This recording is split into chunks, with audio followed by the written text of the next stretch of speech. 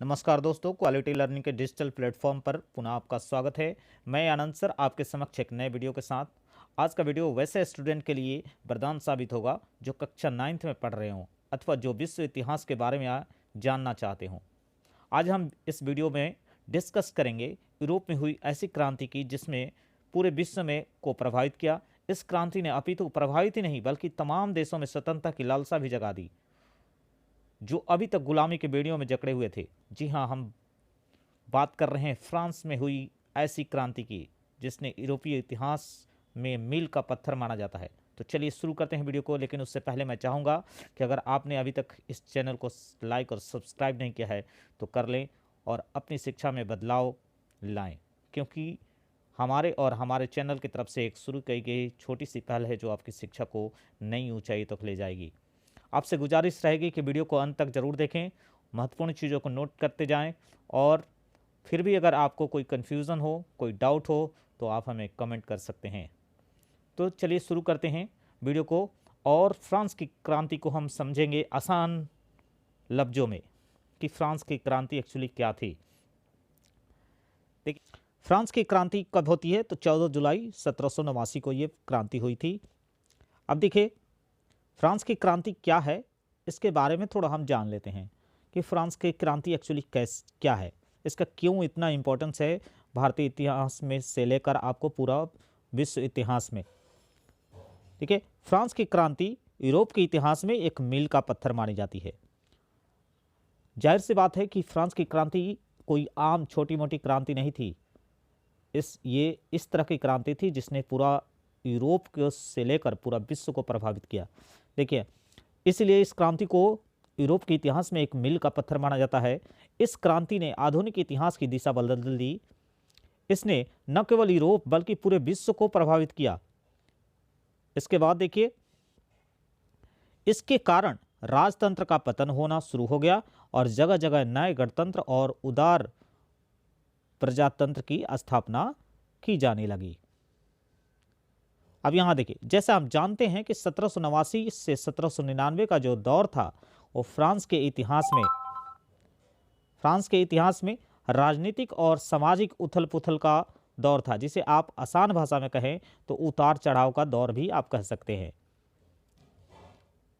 अब देखिए, इस क्रांति ने केवल फ्रांस को ही नहीं अपितु समस्त यूरोप के जनजीवन को अस्त व्यस्त कर दिया। इस क्रांति ने अन्य यूरोपीय देश में भी स्वतंत्रता की ऐसी ललक कायम कर दी जिससे कि अन्य देश भी राजशाही और तानाशाही के जो शिकार थे, अर्थात जो गुलामी के जंजीरों में जकड़े हुए थे, उन्होंने भी मुक्ति के लिए संघर्ष करना शुरू कर दिया। मतलब समझ में क्या आया कि फ्रांस की क्रांति क्या था।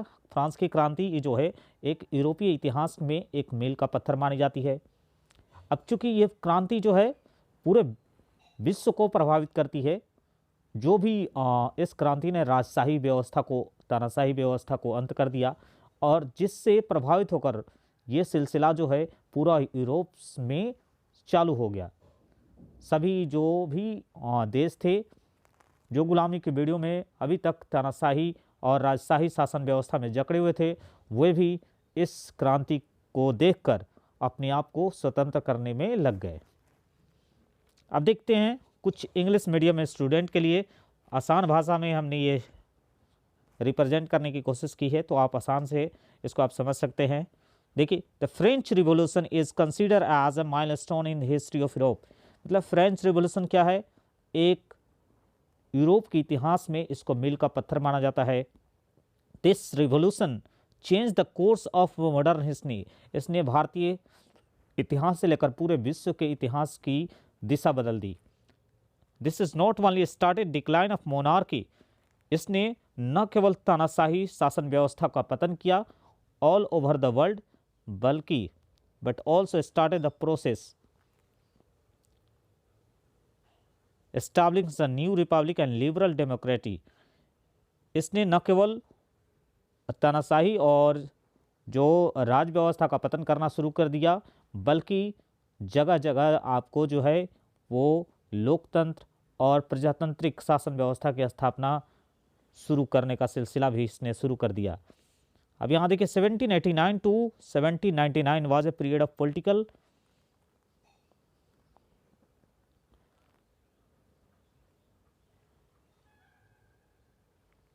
And social upheaval in the history of France. मतलब जो है 1789 से लेकर 1799 जो है वो फ्रांस में राजनीतिक उथल पुथल का दौर था। Not only France but the life of the whole Europe. इसने केवल फ्रांस को नहीं बल्कि पूरे यूरोप की लाइफ को अस्त व्यस्त कर दिया। This revolution created the urge for the independence in the other European country. मतलब इस रिवोल्यूशन ने, इस क्रांति ने स्वतंत्रता की ऐसी ललक दूसरे यूरोपियन कंट्री में पैदा कर दी कि वो भी वे that other country also start the fighting for the freedom, कि दूसरे जो कंट्री थे यूरोप के उन्होंने भी ये राजशाही और तानाशाही शासन व्यवस्था से अपने आप को स्वतंत्र करने के संघर्ष में लग गए। Was the victim of dictatorship like France. मतलब जो फ्रांस की भांति जो तानाशाही शासन व्यवस्था थी, राजशाही शासन व्यवस्था थी, उसके शिकार थे। उसी उन्होंने भी फ्रांस की भांति अपने यहाँ जो है वो स्वतंत्रता के लिए संघर्ष करना शुरू कर दिया। अब आगे देखते हैं तो क्या हुआ। देखिए फ्रांस की क्रांति के क्या परिणाम हुए वो चीज़ देख लीजिए कि फ्रांस की क्रांति ने फ्रांस में राजतंत्र को समाप्त कर दिया। इससे क्या हो गया, फ्रांस में जो राजतंत्र था, जो तानाशाही सरकार थी, उसको समाप्त कर दिया गया। विशेषाधिकार पर आधारित व्यवस्था को उखाड़ फेंका गया। विशेषाधिकार पर आधारित व्यवस्था कहने का मतलब उस दौरान फ्रांस में 3 स्टेट हुआ करते थे, यानी फ्रांस का जो समाज था वो 3 वर्गों में बटा हुआ था, फर्स्ट स्टेट, सेकेंड स्टेट और थर्ड स्टेट। फर्स्ट स्टेट में जो है और सेकेंड स्टेट को लोगों को कुछ खास विशेष अधिकार दिया गया था, जबकि थर्ड स्टेट को जो है वो विशेष अधिकार नहीं दिए गए थे। उन्हीं को एक टैक्स पे करना पड़ता, जबकि पहले और दूसरे स्टेट के लोगों को टैक्स नहीं पे करना पड़ता था। एक नई व्यवस्था की शुरुआत कर दी इन्होंने, वो व्यवस्था को उखाड़ फेंका और एक नई व्यवस्था की शुरुआत की जिसकी पृष्ठभूमि क्रांति के दौरान ही तैयार की गई थी। मानव अधिकार घोषणा पत्र का एक नए युग के आगमन का घोतक था। इन्होंने एक मेमोरेंडम तैयार किया और वो जो है एक नए युग के आगमन का घोतक था जिसमें सबके समान अधिकार होते थे, या यूं कहे तो हर व्यक्ति जो है अब बराबरी का दावा कर सकता था। यही सोच राजनीति की नई भाषा बन गई। समानता और स्वतंत्रता की यह सोच नए युग का केंद्रीय विचार बन गई, लेकिन अलग अलग देशों में इसे अलग अलग रूपों में देखा गया। अब बात कर लेते हैं उन इंग्लिश मीडियम स्टूडेंटों की जिसको हम आसान भाषा में देखिए हमने लिखने की कोशिश की है। The French revolution abolish the monarchy in France. French revolution ने जो मोनार्की सिस्टम जो फ्रांस में चला रहा था उसको उखाड़ फेंका। This system based on the privilege was overthrown and the new system was introduce. जो पहले से विशेषाधिकार ग्रस्त जो वर्ग थे उनको जो है इन्होंने उखाड़ फेंका और एक नए सिस्टम की शुरुआत की। द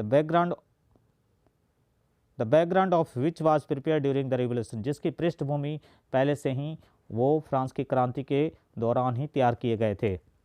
अब इसके बाद देखिए इसमें क्या हुआ, जो human right declaration mark the arrival of new era. अब जो है ये जो मानवाधिकार जो था उसमें मानवाधिकार की घोषणा करते हुए एक नए युग की शुरुआत की गई। इन विच एवरीवन इज इक्वल राइट, मतलब सभी को अब बराबरी का अधिकार होगा, कोई भी व्यक्ति किसी से छोटा या बड़ा नहीं होगा।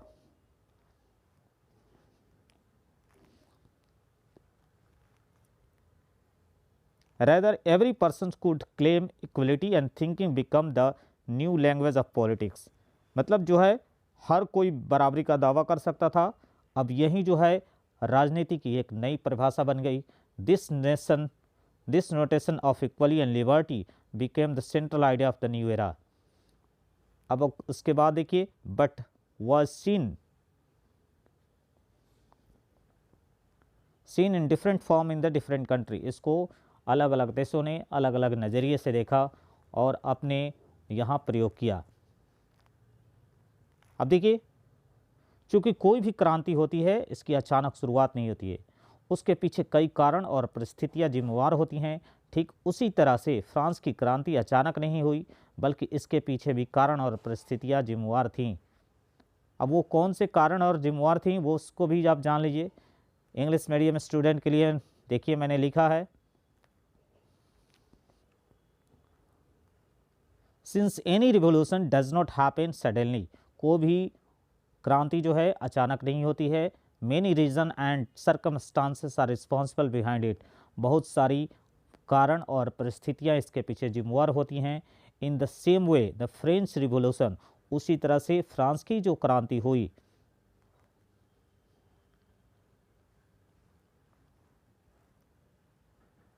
डिड नॉट हैपन सडनली, अचानक नहीं हुई, but many reason and circumstances were responsible behind it, बहुत सारे रीजन और सर्कमस्टांसेस यानी परिस्थितियां जो हैं उसके पीछे जिम्मेवार थीं।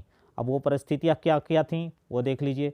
जैसे आपको क्या क्या परिस्थितियां जिम्मेवार थी फ्रांस की क्रांति के लिए, तो वो आपका सामाजिक परिस्थितियां, जिसको आप सोशल कंडीशन आप कह सकते हैं। फिर उसके बाद राजनीतिक परिस्थितियां, जिसको राजनीतिक करनी यानी पॉलिटिकल कंडीशन कह सकते हैं। आर्थिक परिस्थितियां मतलब इकोनॉमिकल कंडीशन कह सकते हैं। और दार्शनिकों के विचार, देखिए जो दार्शनिकों के विचार थे वो भी, यानी जो आप फिलोसफर आइडियोलॉजी आप कह सकते हैं, वो भी इसके लिए जिम्मेवार थी। नेक्स्ट देखिए, जनसंख्या में तीव्र वृद्धि यानी इंक्रीजिंग पॉपुलेशन भी इसका मेन वजह रही। और साथ में जो प्राकृतिक घटनाएं जैसे सूखा हो गया, बाढ़ हो गया, ये सब जो चीज़ें थी वो भी इनके लिए जिम्मेवार मानी गई। देखिए इंग्लिश मीडियम स्टूडेंट के लिए मैं साथ साथ दोनों मीडियम को पढ़ा रहा हूँ। अब इस बात को अच्छी तरह से समझ पाए, हिंदी वाले कि हिंदी समझ पाएंगे, इंग्लिश वाले भी हिंदी और इंग्लिश दोनों समझ सकते हैं, इसलिए मैंने दोनों को सेपरेटली कर दिया है। तो हमारे चैनल पर बने रहिए, लाइक करिए, सब्सक्राइब करिए और फ्रांस की क्रांति को आसान लफ्ज़ों में समझिए। देखिए social condition, political condition, economical condition, thought of philosopher and rapid growth of populations, these are the reason which is responsible for the French Revolution, and natural phenomena is one of them. Next देखिए, अब एक एक conditions को हम discuss कर लेते हैं कि वो ये क्यों जो है वो फ्रांस की क्रांति के जिम्मेवार थी। तो सबसे पहला हमारा कंडीशन है वो आपका है पॉलिटिकल कंडीशन। देखिए पॉलिटिकल कंडीशन की बात करें तो राजा, उसकी शासन प्रणाली का पूरी तरह से भ्रष्ट होना, निरंकुश होना, निष्क्रिय होना और शोषणकारी होना, यानी राजा और उसकी शासन प्रणाली जो है पूरी तरह से भ्रष्ट थी, निरंकुश थी, निष्क्रिय थी और शोषणकारी थी। जनता का शोषण करती थी, कोई भी काम करती नहीं थी जनता के फेवर में, और निरंकुश थी मतलब जो जैसे चाहे वैसा शासन करती थी, जो चाहे जैसा चाहे जब चाहे कोई भी कानून बनाना उसकी इच्छा ही कानून होता था, जो बोलता था वही कानून हो जाता था। लुई 16 यही चीज़ जो है वो जिम्मेदार रही। शासन जो व्यवस्था भ्रष्ट थी यानी करप्शन से भरा हुआ था, इसी वजह से ये क्रांति का कारण बनी। नेक्स्ट देखिए, अब इसी के इंग्लिश मीडियम स्टूडेंट के लिए देखिए, political condition such as utterly corrupt, मतलब जो राजनीतिक स्थिति थी वो पूरी तरह से भ्रष्ट थी, ऑटोक्रेटिक यानी तानाशाही थी, पैसिव निष्क्रिय थी, एक्सप्लोटेड स्टेट मतलब कहता है कि ये शोषणकारी जो है व्यवस्था थी। The king and his system of the governance, personal law यानी व्यक्तिगत जो कानून होते थे, the will of the king to be law, और राजा का जो इच्छा होता था वही कानून हो जाता था। इस वजह से ये क्रांति का रूप इसने धारण किया। नेक्स्ट देखिए आपका सामाजिक परिस्थितियाँ। सामाजिक परिस्थितियाँ कहने का मतलब हुआ सोशल कंडीशन। अब उस दौरान देखिए समाज जो है 3 वर्गों में बटा होता था, केवल एक वर्ग को ही टैक्स देना होता था, मैं बता चुका हूँ। बाकी जो 2 वर्गों को विशेष अधिकार होता था उन यानी वो टैक्स फ्री थे, यानी उनको टैक्स नहीं देना पड़ता था।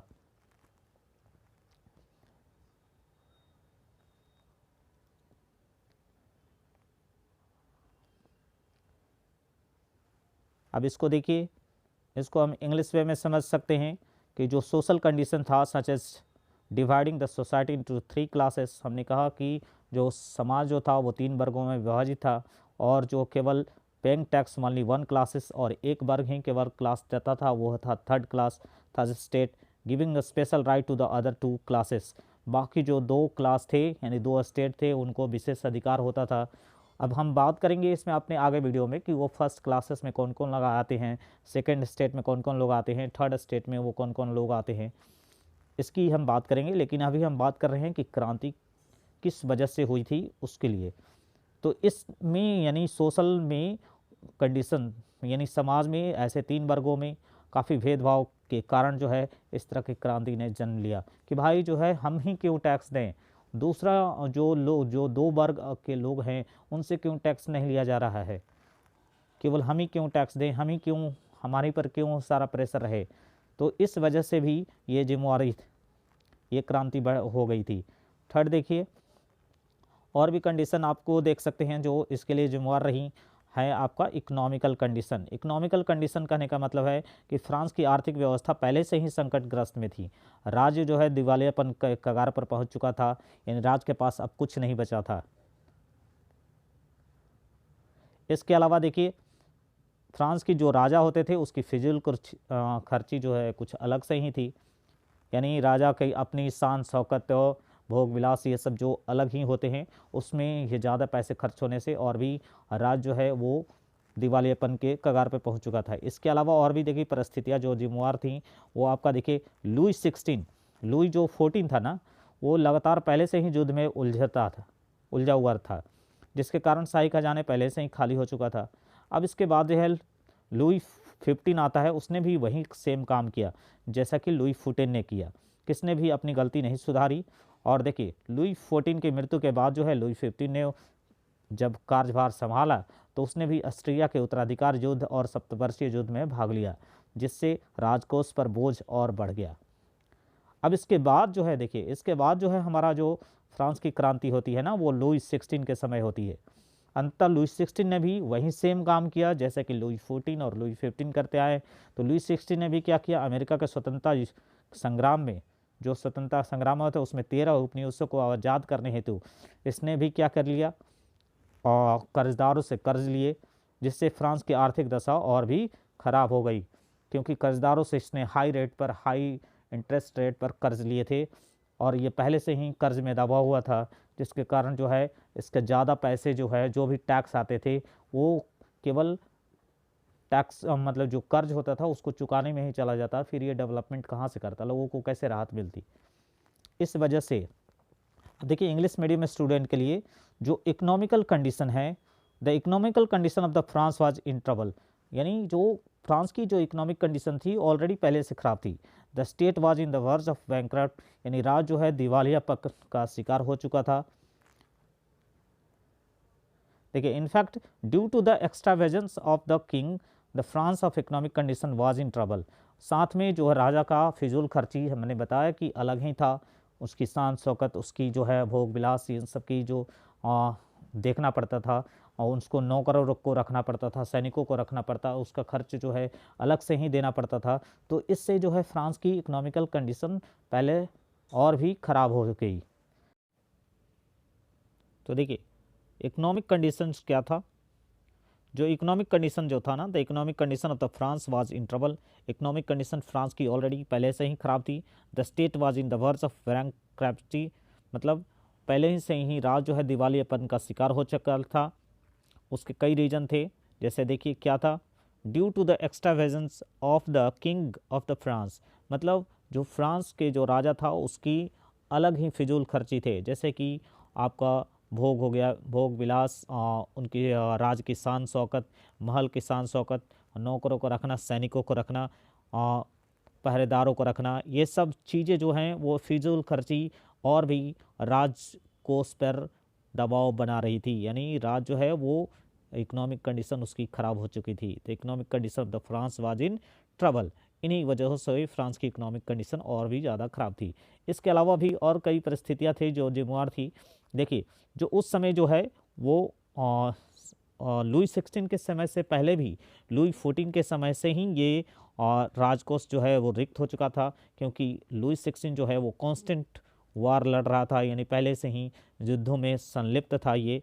इसके कारण जो है वो शाही जो खजाना था एंड रॉयल ट्रेजरी जो है ऑलरेडी इम्पटी हो चुकी थी। लुई 15 जो आया उसने भी वही गलतियां की जो लुई 14 ने किया। सेम काम करते हुए उसने भी वही गलतियां दोहराई, उसने भी अपनी गलतियों में सुधार नहीं किया। देखिए, his death, Louis 15 took the part in the Austrian succession of war. इसका मतलब क्या है, जब लुई 15 राजा बना तो उसने भी पर्सिया का, ऑस्ट्रिया का जो युद्ध हुआ उसमें इसने हिस्सा लिया। इसके अलावा जो है सप्तवर्षीय वर्ष यानी 7 ईयर्स वार, जो सप्तवर्षीय वार था उसमें भी इसने हिस्सा लिया। फिर which increase the burden of the treasury, जिसके कारण जो है राजसिक खजाने पर जो है बोझ बढ़ता गया और उसके कारण भी राजशाही खजाना जो है वो दिवालियापन के शिकार पर खड़ा हो गया। इसके बाद जो है अब देखिए, लुई से फ्रांस की क्रांति जब होती है वो उस समय जो राजा बनता है वो लुई 16 बनता है। ये 1774 में आपको राजा बनता है। और ये जब लुई 16 बनता है तो इसने भी वही गलतियां की जो कि लुई 14 और 15 ने की है। इसने भी अमेरिकन वार में इसने पार्टिसिपेट किया। अब जब इन्होंने अमेरिकन वार यानी अमेरिका के 13 उपनिवेशों को इसने आज़ाद कराने का ठेका लिया और इसने क्या किया, making the economic condition of the France even more distressed. इसने और भी फ्रांस की जो भी इकोनॉमिक कंडीशन थोड़ी बहुत बची हुई थी उसको भी इसने गर्त में ले जाकर डुबा दिया। इसके लिए इसने पहले से इस पर 2 अरब लिब्रे का कर्ज था और इसने कर्जदारों से हाई रेट पर कर्ज लिया 10 अरब डॉलर का, जिसके कारण जो है इन पैसों को चुकता करने में ही उसका ज़्यादा जो टैक्स से पैसे आते थे उसको कर्जदारों को पैसे को ही चुकता करने में चला जाता था। फिर डेवलपमेंट कहाँ से करता है।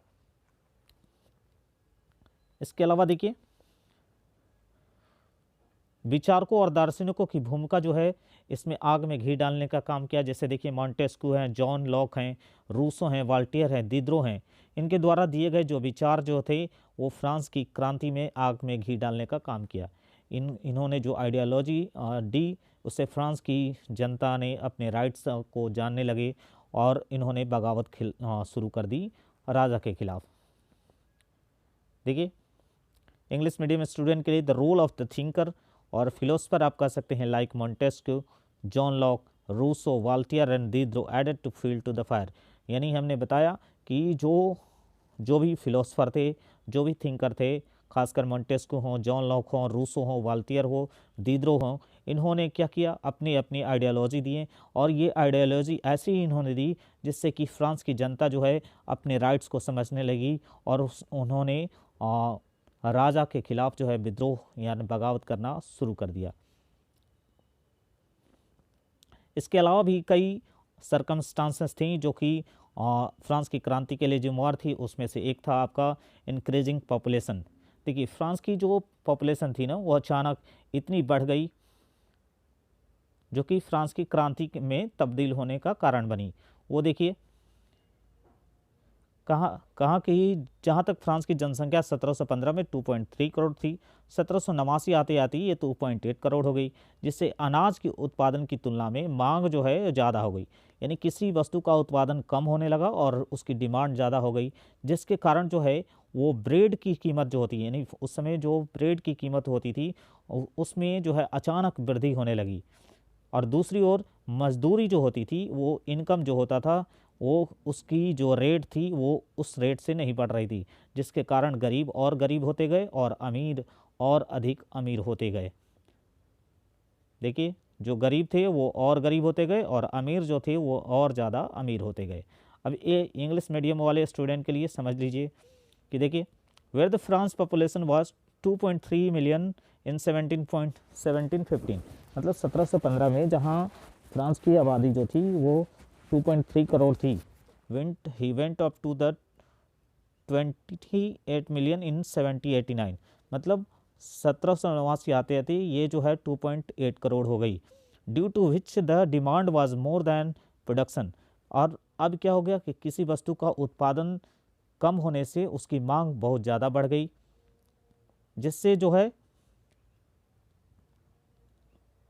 दाम जो है प्राइसेस में, यानी जो पाव रोटी यानी जिसको आप ब्रेड कह सकते हैं, due to which there was a rapid increase in the price of pav roti. उस समय पाव रोटी वहाँ का जो फेमस फूड माना जाता था उनमें से एक था, और इसकी जो है ब्रेड की कीमत जो है अचानक इतनी वृद्धि हो गई कि लोग इसको खरीद नहीं पा रहे थे। अदर हैंड दूसरी ओर जो है वेजेस जो मिलते थे, यानी जो मजदूरी मिलता था लोगों को, उस रेट से नहीं बढ़ रहा था जिस रेट से कि महंगाई बढ़ रही थी। तो उसका परिणाम क्या हुआ? उसका परिणाम ये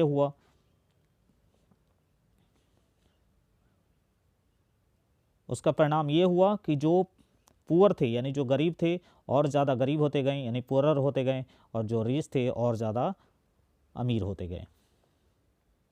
इसके अलावा भी देखिए ऊपर से जो प्राकृतिक घटनाएं थीं, कुछ प्राकृतिक घटनाएं जैसे कि आपका सूखा, ओला ने भी उत्पादन में उतना नहीं होने दिया जितनी की ज़रूरत थी।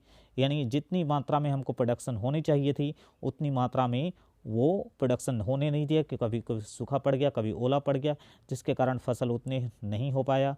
और मांग उनकी बढ़ने से, चूँकि उत्पादन कम था और मांग उनकी ज़्यादा थी, इसलिए वृद्धि होना तय था, जिससे कि क्रांति का रूप इसने धारण कर लिया। अब देखिए इंग्लिश मीडियम वाले स्टूडेंट के लिए, for above natural event like drought, hail also did not allow the productions to be much as it was needed. मतलब हमने कहा कि जो प्राकृतिक घटनाएं हैं, चाहे वो सूखा हो, चाहे वो हेल हो, यानी ओला वृष्टि ने इन सब की वजह से उत्पादन उतना नहीं होने दिया जितने की हमें उस समय ज़रूरत थी फ्रांस को। Therefore there was a bound to be an increase, इसलिए वृद्धि होना तय था, which took in the form of the revolution, जो कि क्रांति का कारण बनी। अब देखिए इसके अलावा और भी परिस्थितियाँ जिम्मेवार थीं, जैसे कि फ्रांस में अफवाह फैल गई कि जो है राजा ने क्या कर दिया है और सैनिकों को ऑर्डर दे दिया है